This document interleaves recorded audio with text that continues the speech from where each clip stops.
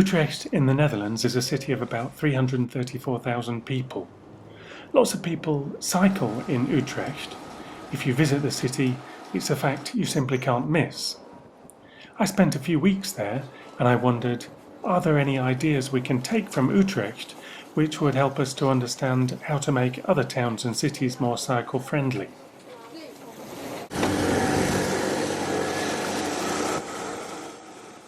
This video is intended to give an overview of how cycling is provided for in Utrecht and where cycling fits into the structure of the city and into people's daily lives as they get where they want to go.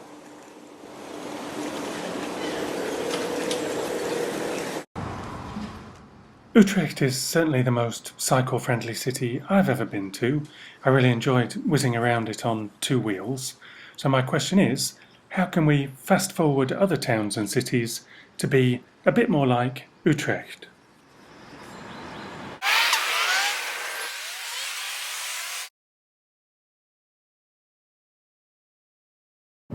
It's not that people don't have cars in Utrecht. You can see that they do. There are plenty of them.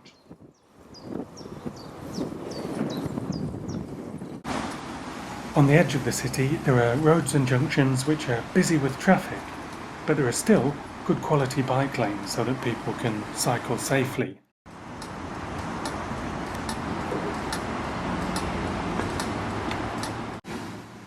It's for journeys of 2, 3 or 4 miles in and around the city centre that the bicycle is the obvious choice for going shopping, going to work or to school.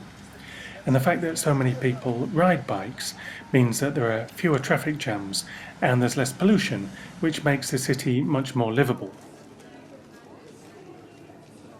Why do people use their bikes? Well, they know it's going to be safe and convenient wherever they want to go, and that they'll also easily be able to park their bikes.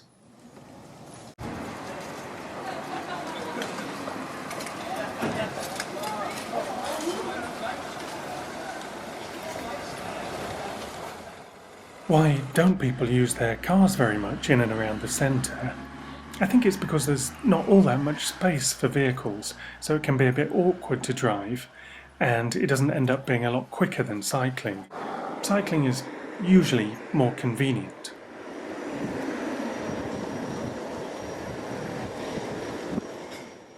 It can also be relatively difficult to park. There is some street parking in and around the city centre, and there are also car parks for about €3.50 an hour or €30 a day. There are also park and ride facilities on the outskirts of the city. It's about using the transport that's appropriate to your journey. So where you're going a long distance, for example to another town, a car might be best, but if you're just going into the city centre, then a bike or the bus is usually the best option. Then there are also busy central shopping districts where most people walk.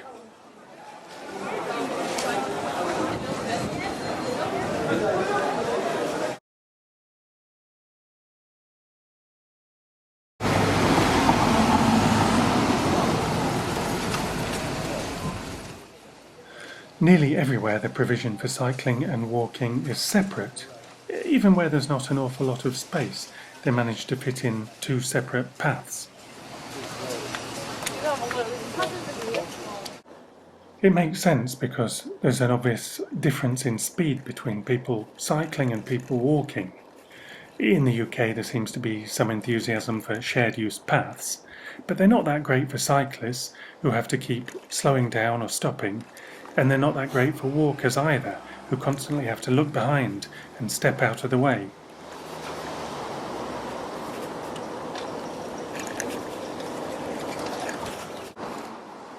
A common excuse you hear is that roads are just too narrow to fit in separate cycle and footpaths, but if you genuinely want to do it, you usually can find the space.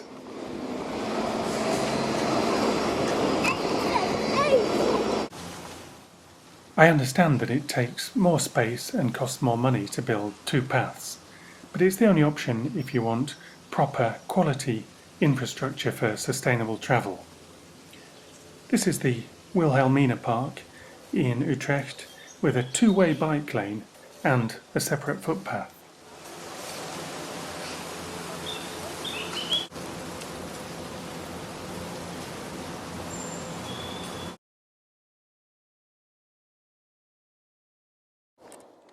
Wherever you want to cycle in Utrecht, you can do so safely.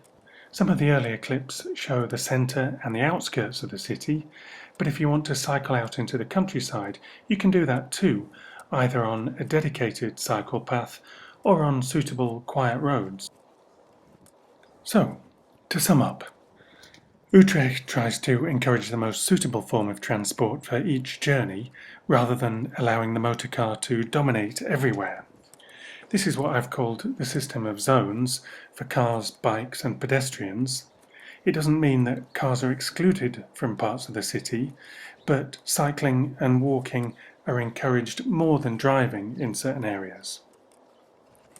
Also important is that almost all the time there are separate cycling and walking paths, not shared use paths. Finally, Utrecht has a complete network of cycle routes, not just isolated bits of infrastructure. Those are the things which have made Utrecht a cycle-friendly city, and they've created something admirable, which I think can and should inspire other towns and cities.